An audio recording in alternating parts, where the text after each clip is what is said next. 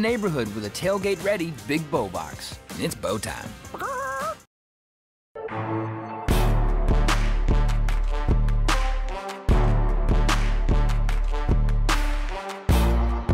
Welcome to this special edition of Extra Points. Today we'll be discussing the MLB season and the postseason, which is set to begin today. I'm Colby Reece, and joining me is sports reporter Eric Shellhouse and assistant news director Moses Harris. Let's first talk about the season as a whole. What are some things that stood out to y'all throughout the season? Eric, you want to go first? Yeah, I mean, there were some really exciting storylines to follow this season, and it really started to get exciting at the end of September. I mean, I don't think anyone thought Albert Pujols had a shot to hit 700 home runs at the All-Star break. He had, what, like 4 or 5? Yeah. He went on an incredible tear in the second half of the season, down the stretch there, and got to, what, 701, 702, something like that. So that was exciting to watch. Of course, Judge's home run chase, too, was really exciting, and there were a bunch of good storylines to follow in September. Yeah, St. Louis, honestly, as a whole team this year has had a lot of stuff to talk about with Adam Wainwright and Yadier Molina basically starting with, I think it was almost 300 plus, 700 plus games, some ridiculous number of games they started together.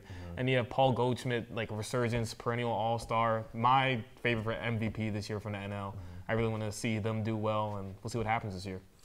Yeah, and some teams that stood out. I mean, the Guardians won the division. They're the no youngest team in baseball. And, you know, they go and win the division. And, you know, a lot of people, you know, I guess age doesn't matter when it comes to... Mariners, too, breaking their 20-year playoff drought. A lot of teams, that new format that I'm sure we'll get into in just a second is opening the door for a lot of these teams. Definitely. Yeah, and the Mariners still the only team yet to play in the World Series. So we'll see if they can go on a magical run this year. Maybe Julio Rodriguez, their new young gun, can start doing stuff like Ken Griffey or Ichiro did back like 20 plus years ago, because he's really exciting. I love watching him play. One of my favorite new young players in MLB right now. I think someone on the Mariners called him the King of Seattle the other day it was, and I think it's pretty fitting. He runs that city. Yeah, and you mentioned that new playoff format. So the new playoff format is 6 teams make it from each division, and the top 2 seeds, the 2 top teams in each division that won the division, they will receive a bye.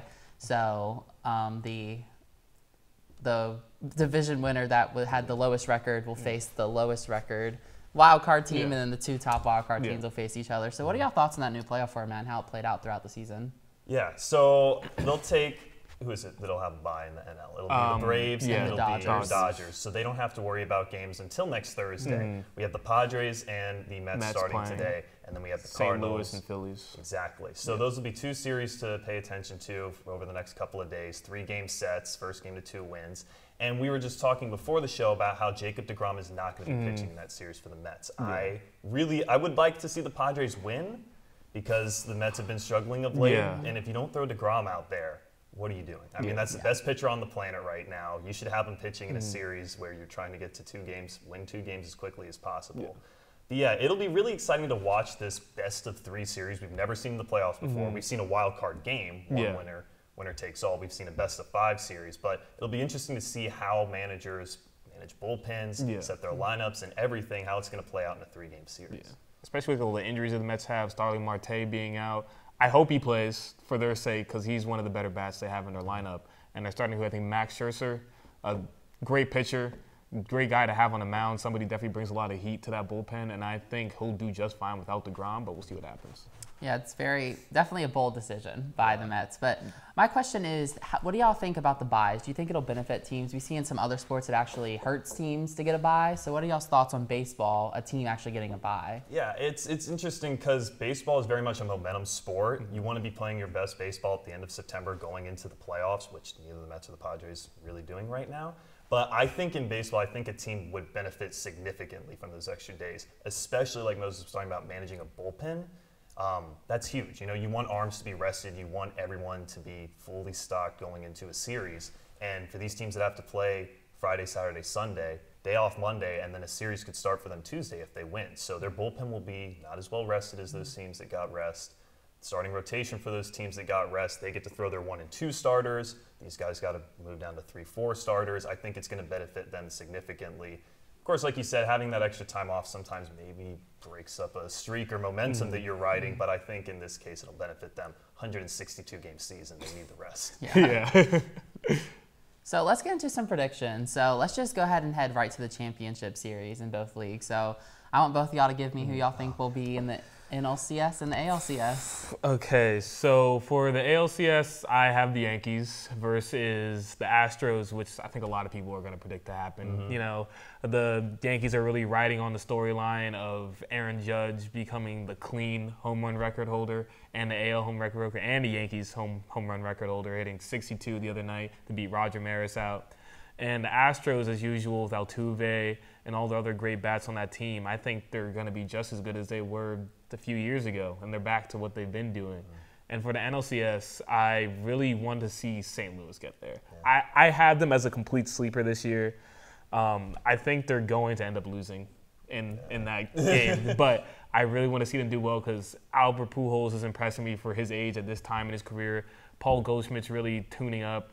And the rest of that bullpen that St. Louis has, although they may not be the greatest, their fielding overall as a team has been fantastic this season.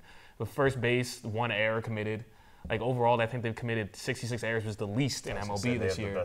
So they're incredible. I think their defense is going to carry them without the playoffs. Yeah, Cardinals always play very good defense. In the American League, like you said, I don't know how you couldn't pick the Yankees and Astros. They're clearly the 2 front runners there. I'm going to go out on a limb and say it's going to be the Yankees and the Mariners. I think the Mariners will take down the Astros in their ALDS round. I don't know why I'm making that pick because young teams going into the playoffs, they don't have the postseason experience, but something about the Mariners team, it just feels special to me. They're very different. That walk-off they hit to clinch the division in front of the home crowd was one of the most incredible moments from the season, I think. So I'll go Mariners, Yankees in the AL. And in the NL, I wish it could be Braves-Mets, but they're going to have to meet before then. I think Braves-Mets would be awesome to watch, but I think they'll meet before then. I think it's going to be Braves-Dodgers. I know that's cliche. They're the 2 best teams, but I think that they will be the 2 teams out of the NL. Yeah, so I agree with both of y'all for some things. I do think it'll be the Yankees-Astros. I think it's kind of hard to pick that. Would not be surprised if there's a surprise team this year. I think this year has been a very unique year. So there could be a team like the Cardinals who are very experienced and have been in the postseason before, and the Mariners who are on a lot of momentum, a young team that's looking to prove a lot of people wrong and be a threat in the MLB for years to come. But I just think the 2 powerhouses, the Yankees and Astros, I think they'll get to the ALCS and face off once again. So we'll see what happens. And I got to go Braves-Dodgers. I think they're the 2 best teams in the NL. I just think especially with the Braves, their first matchup I think is going to be a role for them. I don't see the Cardinals could be a threat, but especially if they play the Phillies, I don't know. Whoever wins that series, I wouldn't worry too much. And the Braves, I think the Dodgers are just too powerful, and I think they can overcome the Mets or Padres, especially the Padres. We see it every year. The Padres, seem to compete for the division. At least they're here. They're making it. And then the Dodgers just win every game. So, but those are my picks. So let's head into the World Series. World Series. All right. So I will take. I really would love to see the Mariners in the World Series, but I can't. Like, everyone's worried about the Yankees. They got the ship straightened out. I think they will be in the championship. Aaron Judge is having a storybook year. It's a movie of a season for them. I think they'll be in the championship. From the NL, I'm going to go with the Dodgers. I know it's probably the 2 best teams in MLB right now, but like you said, the Dodgers are just such a powerhouse. I mean, it's absurd. The pitching they have, their lineup. There are guys on their bench that would hit 3rd and 4th on other teams. They'd be starting players, they'd be the best players on teams. So I'm going to go Dodgers, Yankees, and I think that the Dodgers will ultimately win the series. All right. I'm going the same route. I have the Yankees going in there and the Dodgers. I mean, like, you look at the Dodgers batting order, you have Mookie Betts. You have, like, a ridiculous number of guys on that team who consistently just pop off. Freddie Freeman.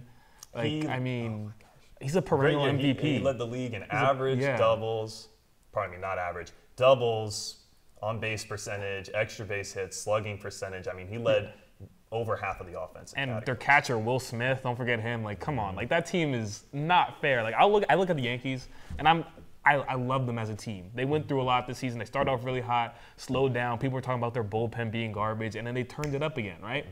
But this Dodgers team just has so much experience. You have Clayton Kershaw on that bullpen. You have so many other people on that squad who just have been year in and year out some of the best players in MLB history, not just like seasons. So it's going to be tough for the Yankees. Yeah, it's definitely very interesting to see what happens. But I'm going a different route. All right. Before the season started, my prediction was that we're going to have a World Series rematch. So I'm going to stick with my gut, and I'm going to take the Braves and Astros in the World Series again. The Dodgers are obviously a great team, but I think the Braves showed last year, especially for how young they were, and obviously they did lose Freddie Freeman, and that's a big piece that they lost. But I just think they proved that they can win tough series on the road, and that if they do face the Dodgers, they'll obviously host, unlike last year. But I just think that for the third year in a row, we'll see them playing in the playoffs, and I think the Braves will overcome them again. And the Astros every year beat the Yankees, it feels like. And I just trust them more. I really do. The Yankees, I still don't trust that much. Until they prove it in the postseason, I can't pick them. So I'm going with the rematch, Braves-Astros, and I'm not going to make a pick there. So we'll see what happens if that does happen. But, well, that's all we have. Thank you both for joining me today. And we shall see how this postseason plays out. It should be very fascinating to see. I'm excited. And that's all we have for this edition of Extra Points. Bye.